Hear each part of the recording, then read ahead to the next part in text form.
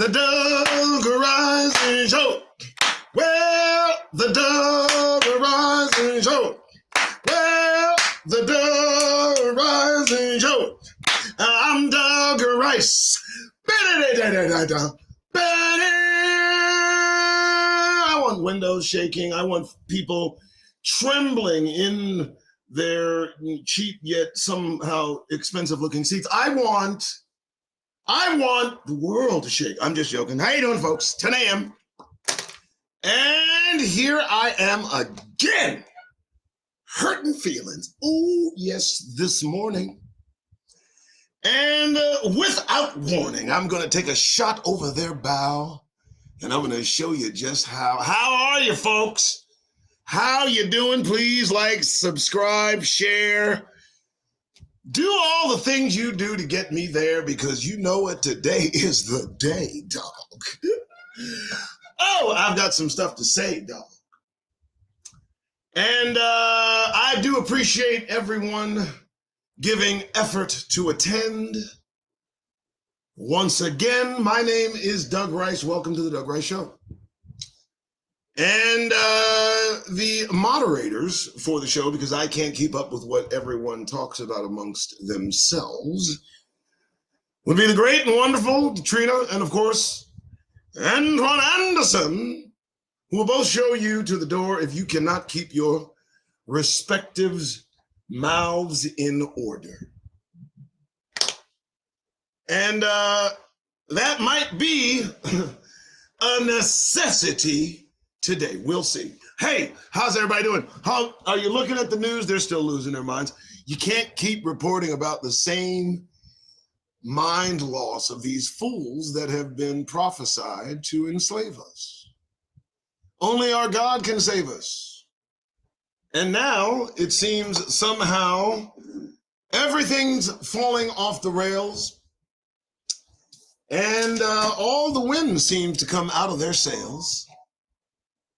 And for goodness sake, folks, they're starting to look like jokes. You know what? I can't even believe that we took these people seriously. Let's go there, shall we? No, stop. I'm 57. I'm going on 58 years old. Been running my mouth for over 35 years. I've talked to millions of people, let me tell you. And the wool was pulled over our respective eyes. Yes. Now that the veil has lifted and fallen, we realize that these beings do well and are made up. They comprise of a false creation that has grown into a nation of fools. And somehow got strong enough to make the rules. And we've been deceived. That's why we got to leave. We've been told lie after lie. We all have to say goodbye. It's got to go. And I mean Negroes. But today we're going to talk about who is Esau/Edom. Who? You know, I don't know. I know nothing. I only know what I show. I have an opinion. Okay, that's what I got. I got a narrative. I got a narration for the Negro Nation. But as far as knowing anything for certain, let me tell you, my brain ain't hurting. I know nothing for sure. It's how I remain pure in this endeavor to try to not be too clever as to think that I have the full knowledge. I do not. I don't even think I've been to college. Yes, I am. I'm just joking. All right, let's do this. All right, so I hope everybody is ready for the show. This will hurt feelings. Bam! Oh, it's going to hurt feelings. Now, look, stop squinting. For those of you that are on the other aisle of negrosity, if you are here within the sound of my voice, I need you to simply throw on your sunglasses if you have a choice, and please gaze upon our topic of the hour and feel the magnanimous Negro power. Yeah, we're going to talk about y'all for a minute. So if you're in the show and you're in it. Just be cool now. Because you can't be in your feelings and in this school now. Oh, all right. My name again, Doug Rice. We're going to go over today's narration, today's commentary. This is all I do, commentary, narration. That's it. I'm not the spiritual leader. I am not the guy that's going to lead you to the promised land. At least that's not what I understand. Okay, you got better men than that to do that, and I'll leave that to those men, and that's that. But for me, I'm just going to let you see who is Esau/Edom. Now, what we got here? We got Sigmund Freud. We got Mr. Pike. Oh, I know these names, and ain't nobody I like. We got Henry Kissinger, the devilish messenger. Let me tell you something about this boy right here. Look here now. Y'all better pay attention to me today. Look here. This one here don't like Negroes. Oh, let me tell you. This one has a plot and a plan. And I can't understand how this man is still on the land, but he is there. Henry Kissinger, a man to fear. Yes. Of course, we got the rest of them here. Nondescript Esau-Edomite Caucasians, Caucastic Cossites. Who are they? Who are they? I don't know. Well, let's see if we can find out. So, all right, so here we go. Who is Esau-Edom? The life, history, genealogy, prophecy, predestination, and modern identity of the biblical Esau. Now, isn't that nice way that just flows off you? Talking a quote, Romans 9:13, as it is written, Jacob have I loved, but Esau have I hated. Now, I gotta ask before we're too satiated, how many times have you heard that in the pulpit where they shovel that bullshit? How many of you go to church every Sunday ready to dig deep in your pockets to maybe to one day learn something new? Tell me, have they ever read that to you? Of course they haven't, because that'll ask too many questions that they don't want to answer. As it is written, Jacob I have loved, but Esau I have hated. But let's see what else has been abated. Esau was a designing and deceitful man. Esau was a designing and deceitful man. Book of Yasher, 26:17. Esau, hey, Esau, doesn't say Negroes, doesn't say us, doesn't say, but it says Esau was, is, continues to be, will always be, if allowed to continue, a designing and deceitful man. So this is by Charles A. Weissman. And this is one of the many PDFs that I will provide to you for donations of any amount whatsoever. From $1 on up, you'll get any number of PDFs, any that you request. If you want this one, I'll send it yet. I believe this is 68 pages times 2 because they're folded. But this is going to be part of what I do to try to make sure that the show moves through. We're going to focus on some of these PDFs that I offer to you. And I thought this one might be a good one to start with, too. So here we go. All right, so who is Esau-Edom? Now, look, again, I don't know, for sure. I've heard several different, variations of conclusions that Negroes have come to. And none of those conclusions am I ready to run to. I'm just looking at things objectively just to make sure that I, irrespectively of my own opinion, might not, encroach upon their dominion incorrectly. So I've got to check into this. Let's do it. Here we go. So we got the contents, cover illustrations, all the things that tell you where this came from. You see it. Look to be 9 chapters, legacies, all the world's a stage, the characteristics of Esau, the ancient high places, world conflict, adversity, the dominion of Esau, Edom's revenge, the final act, and the epilogue. Well, my goodness, folks, we're going to go into this. But now listen, before we just read off this list, I am not going to sit here and read all 130 pages to you, and I'd be insane to do that too. I'm just going to go as far as I can, and we'll come back to this another time. How's that? All right. So here we go. Wow, lentil, a cultivated plant, smaller than the garden pea, but the same family in the markets of Palestine. Red lentils are still sold as the best variety, and from them a pottage is made, which Dr. Robinson and others who have eaten it affirm would be a savory meal for a weary hunter. Now, why would they mention lentil? Because we know that for a mess of red meat, red lentil pottage stew, Esau sold his birthright to Jacob. Which takes us again back to him being calculating.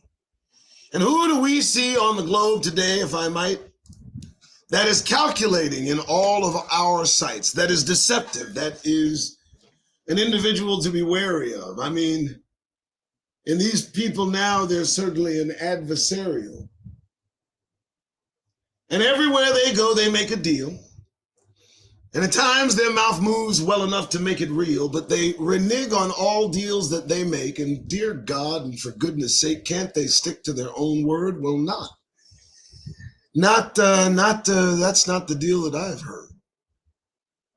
So Esau, who are you, Esau? I don't know. Let's find out. Let's go. So the title of this book, the introduction states, poses a question which may well prove to be the most important question in understanding the Bible, history, and world events. Who is Esau/Edom? Esau was the firstborn son of Isaac, who was the son of Abraham, with whom God had made a special covenant with. The Bible story tells us that Esau would have a destiny unique and separate from that of his twin brother Jacob. The dissimilar and conflicting destinies of these two individuals would affect the course of history to the present day. This material presents the strong meat of God's word, which is intended to edify and nourish strong Negroes. That's right. I'll change the words as I see fit, all day and all night. It thus is specifically intended for those who have advanced to the stage of understanding the racial perspective of the Bible. In revealing the mysteries of Scripture surrounding Esau, Edom, this book deals with history, prophecy, ethnology, providence, symbology, and eschatology. Yeah, I hit all of them, huh? This book traces the life and destiny of Esau and his descendants, the Edomites, and their relationship to Jacob, Israel, to God, to historical and current events, and to other races, plus their place in prophecy and judgment.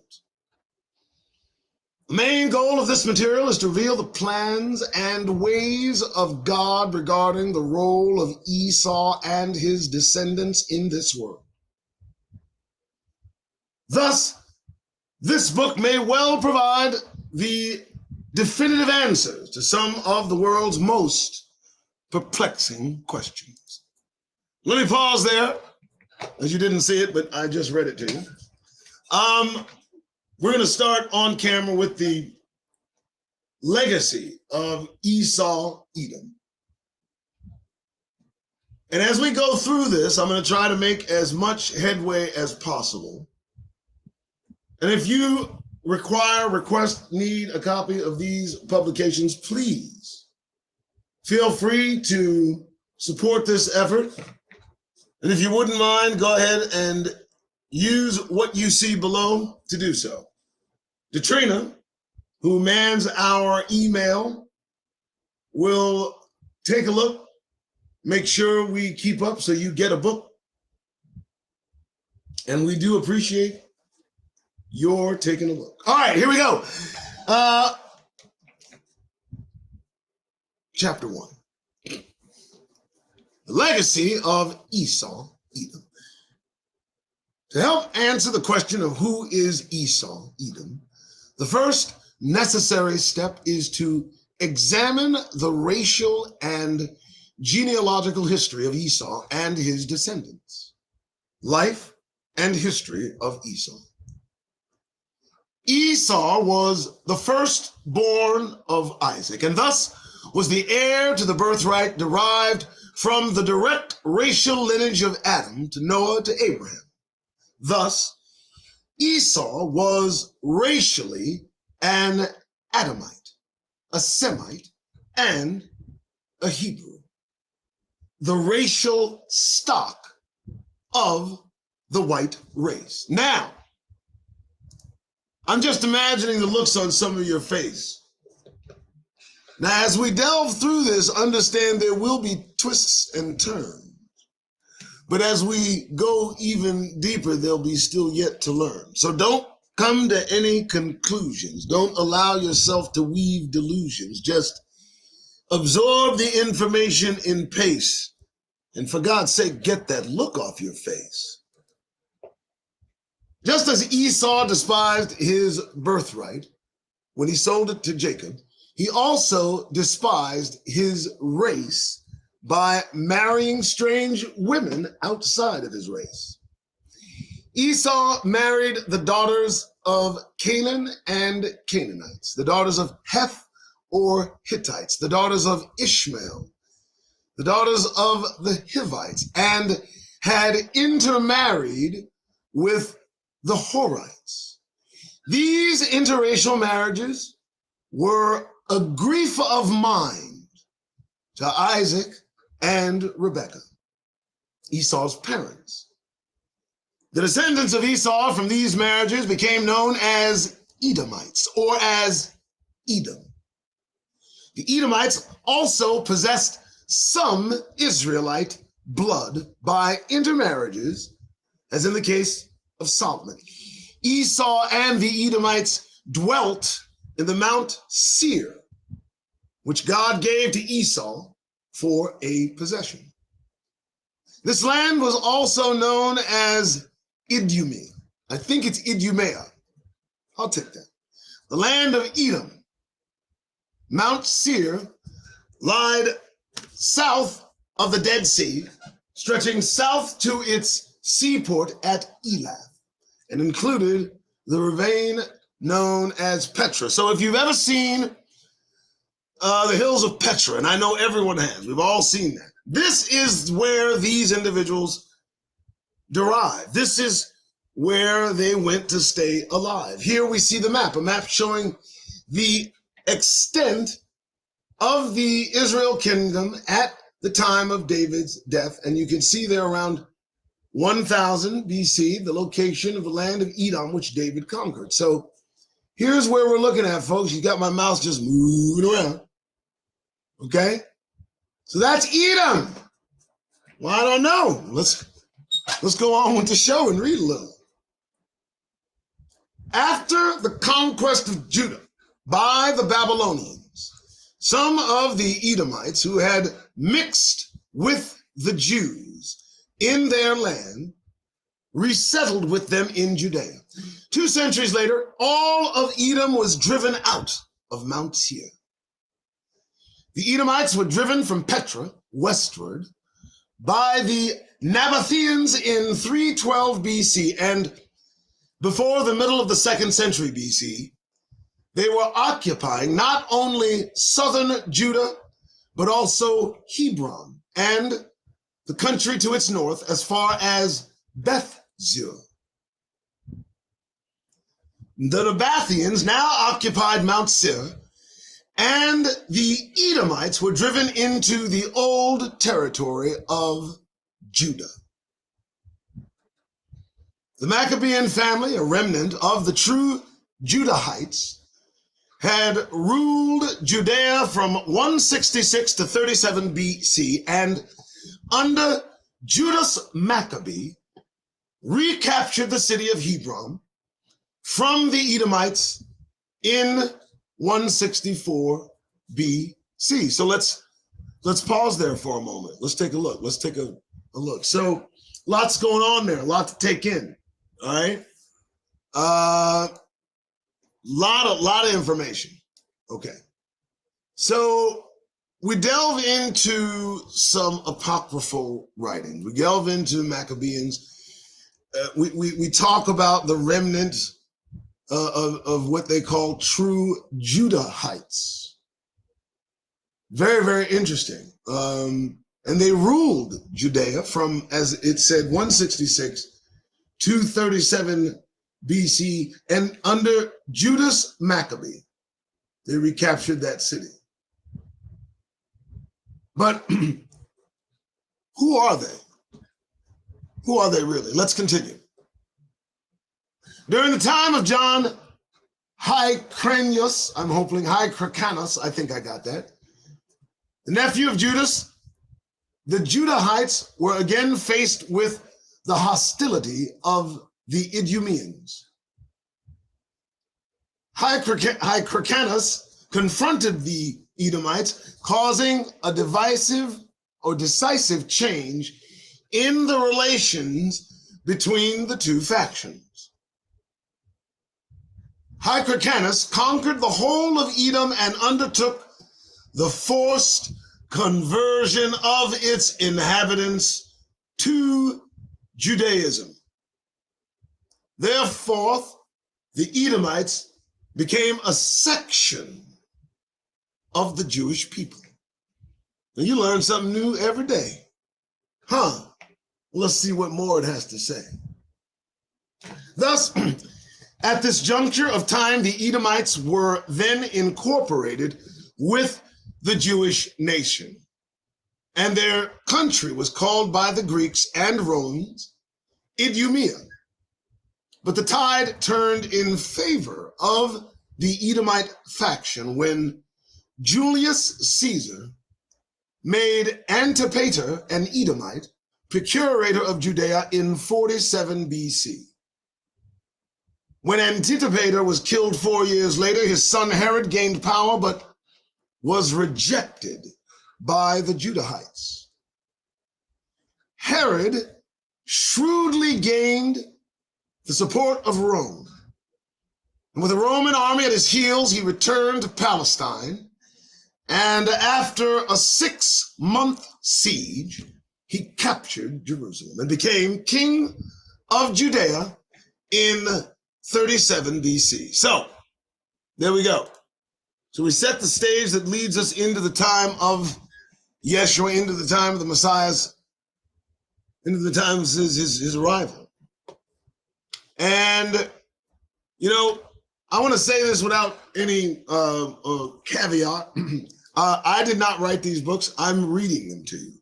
I don't know what they're going to say in advance because it takes away from the way that I read them if I do that. So I don't take a chance. You may agree with what's read. You may not. That being said, we've got a lot to move forward with. So let's get on with the story. Herod was a shrewd and unscrupulous tyrant and was despised by the Judahites because he was an Idumean and not one of their own stock.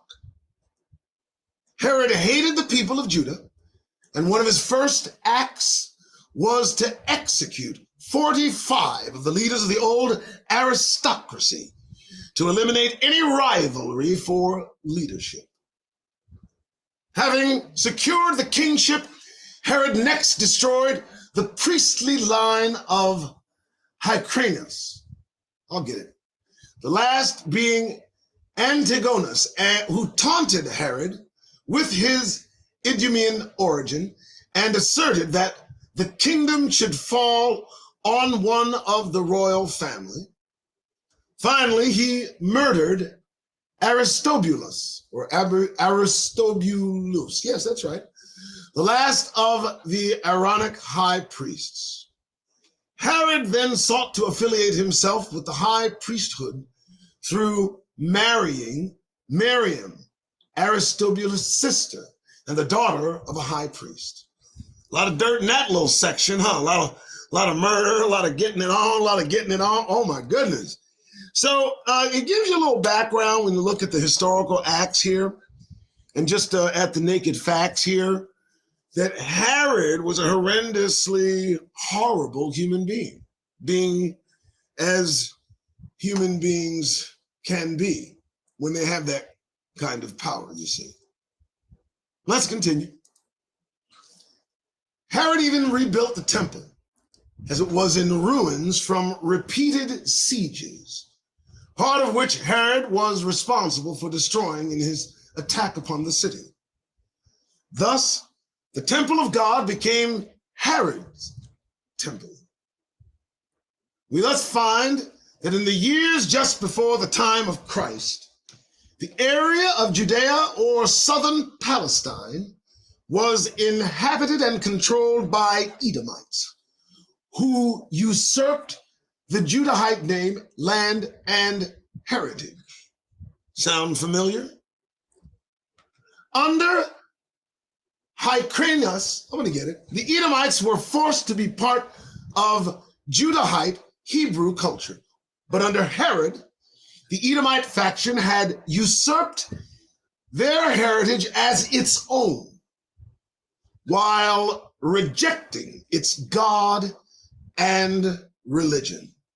Confounding the matter is the fact that true Judahites had intermixed with Edomite, Babylonian, and other alien stock since the time they returned from the Babylonian captivity.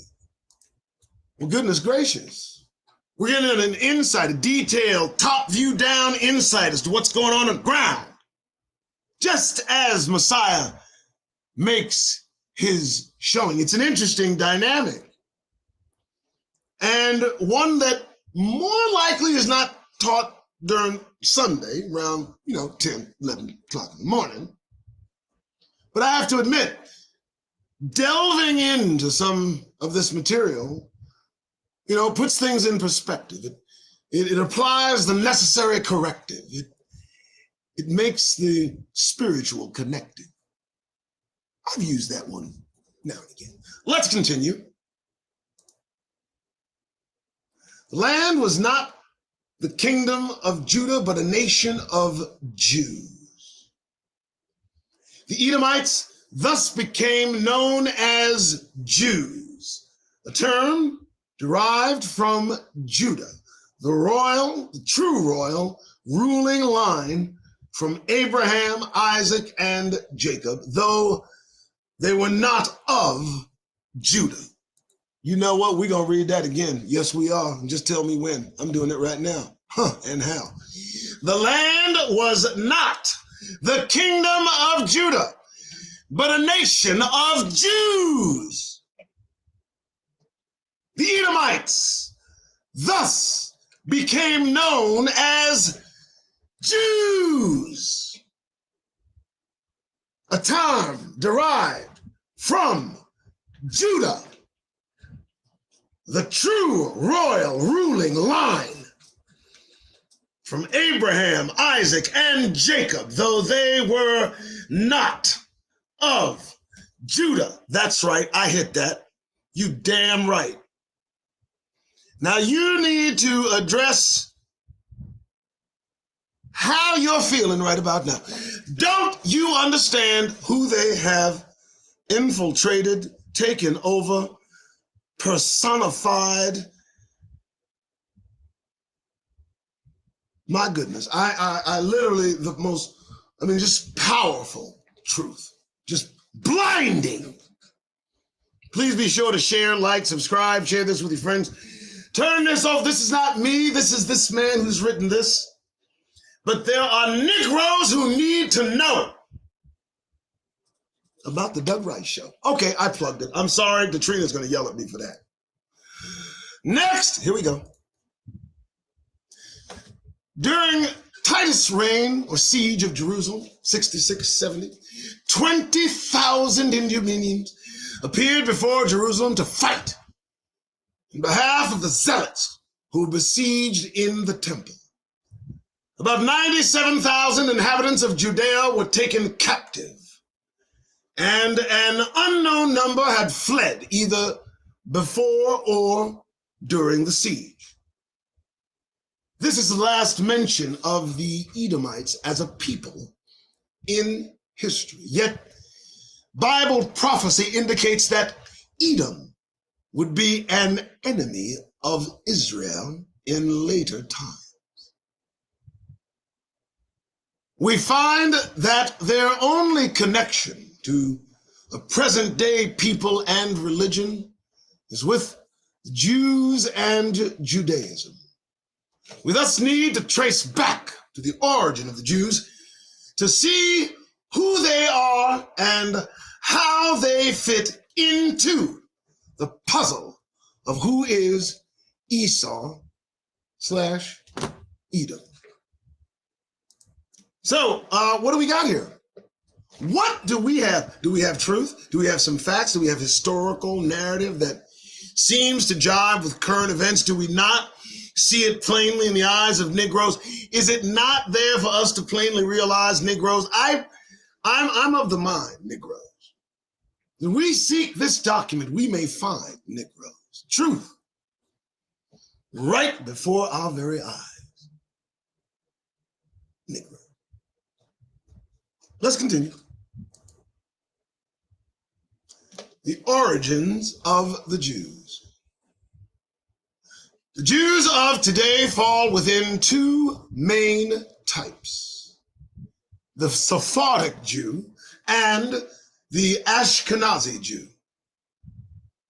The Sephardim are also known as Spanish Jews and constitute about 5% of the Jews in the world.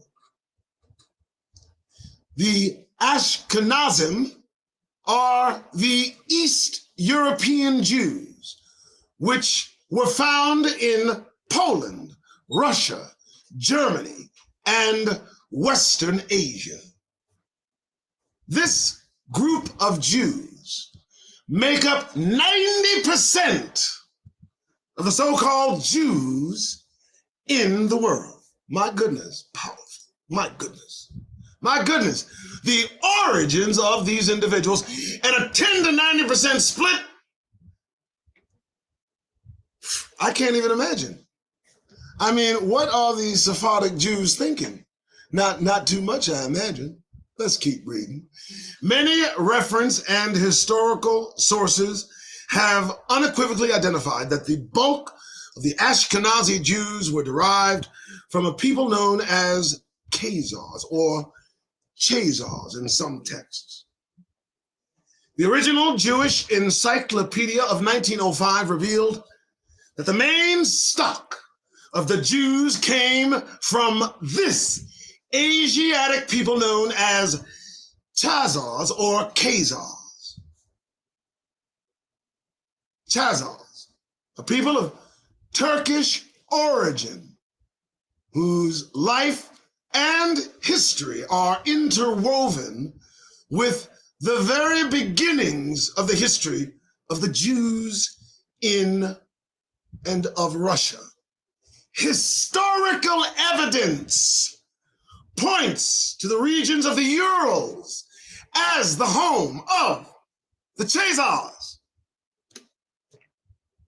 Here we have the map showing the distribution of religions in Europe in the 10th century AD, indicating the extent of the Jews as Chazars from the Jewish Encyclopedia. Gaze upon it. There it is, it's outlined. That ain't nowhere near us. That ain't nowhere near us. That ain't nowhere near the continent of what they've captured and called Africa. It's far from the United Snakes as they hiss upon the globe, for goodness sakes. But there they are.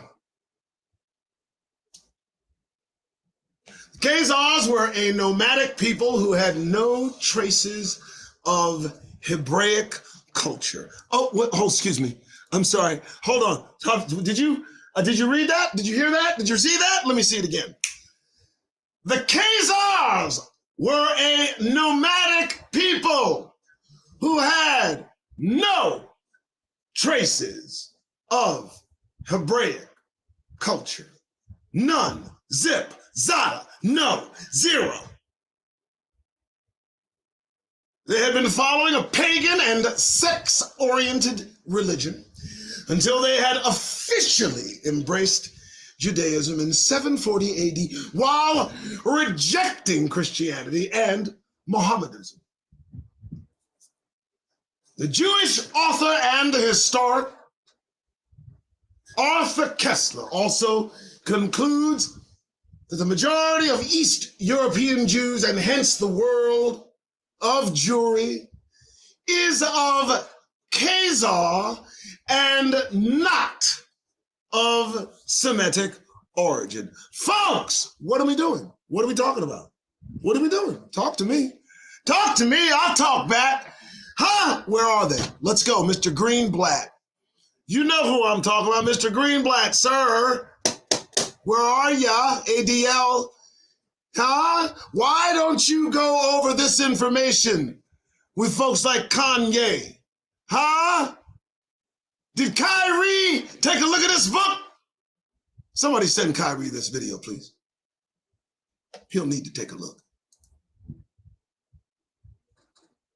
In the beginning of his book, Arthur Koestler's book, he states, the large majority of surviving Jews in the world is of Eastern European and thus perhaps mainly of Khazar origin. If so, this would mean that their ancestors came not from the Jordan, but from the Volga, not from Canaan, but from the Caucasus, and that genetically they are more closely related to the Hun. I'm gonna stop right there before they run. Y'all better feel me on this. Now, are you feeling me? These imposters. I cannot bring myself to grasp. I don't know how long I can last, but with the truth so plainly in your face, it's amazing that we have God's grace.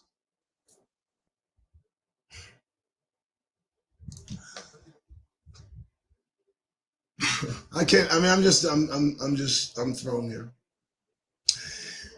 They are mostly closely related to the Hun, and I'm almost done, but the Uyghurs, the Magyars tribes, then the seed of Abraham, Isaac, and Jacob. Those are the folks they're most associated with. The Hun, the Uyghur, and the Magyar, they're mostly associated genetically to those tribes. They're from the Volga. They're from the Caucasus, not the Canaan. They're not from the seed of Abraham, Isaac, and Jacob. We are Negroes. Koestler then devotes the remainder of his 255-page book to prove his premise. And for instance, the record of a letter by a Khazar king shows that he traced his people to Noah's son Japheth, not Shem, and to Japheth's grandson Togarmah, the ancestor of all Turkish tribes. What are we doing? Who are these people? Who are these people? We know who they are. They know who they are. They've told on themselves they know this by far. They know. So you got these folks walking around right now, not even interested in my show, and they are literally telling people that they are the chosen of God, that they descend from Abraham, Isaac, and Jacob, and from the mouths of their very king descendants, the truth is there, transcendent of any ability to be deceived, not be believed. What a web of lies these Jews weave.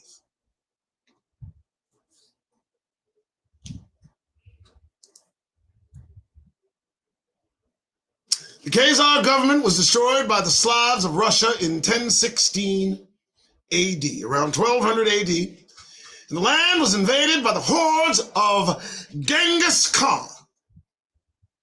These two events caused large numbers of Khazars to migrate to Poland and Western Russia, forming the cradle of Western Jewry.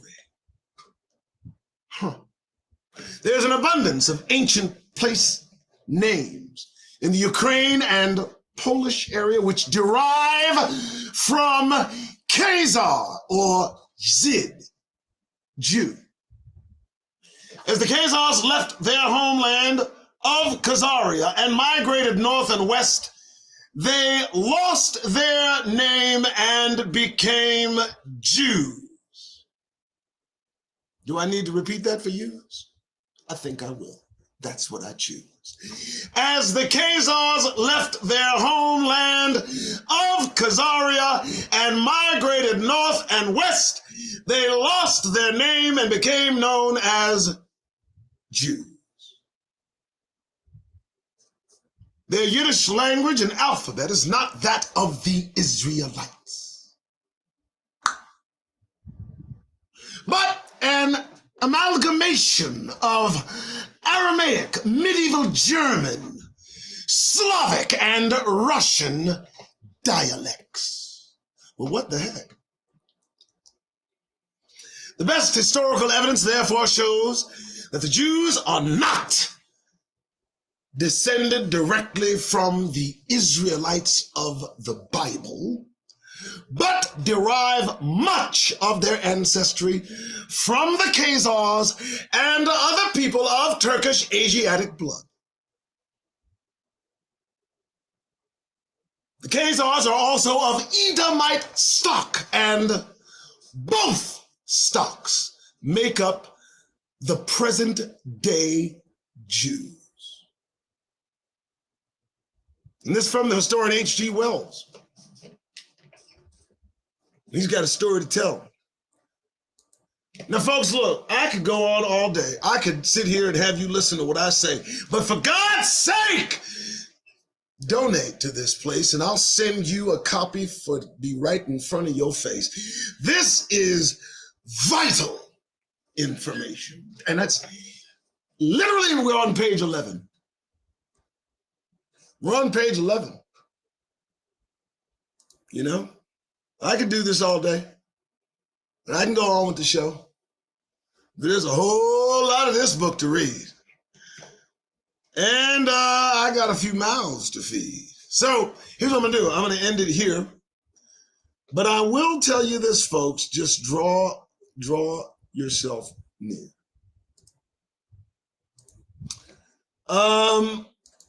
That's just the tip of the iceberg regarding, what we can offer. And I will spend more and more time trying my best to perfect this rhyme and get it in front of you.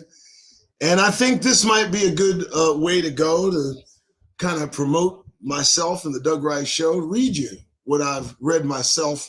At least I haven't kept it on the shelf. I'm going to share this with you as well, if you don't mind. Here is the donation list.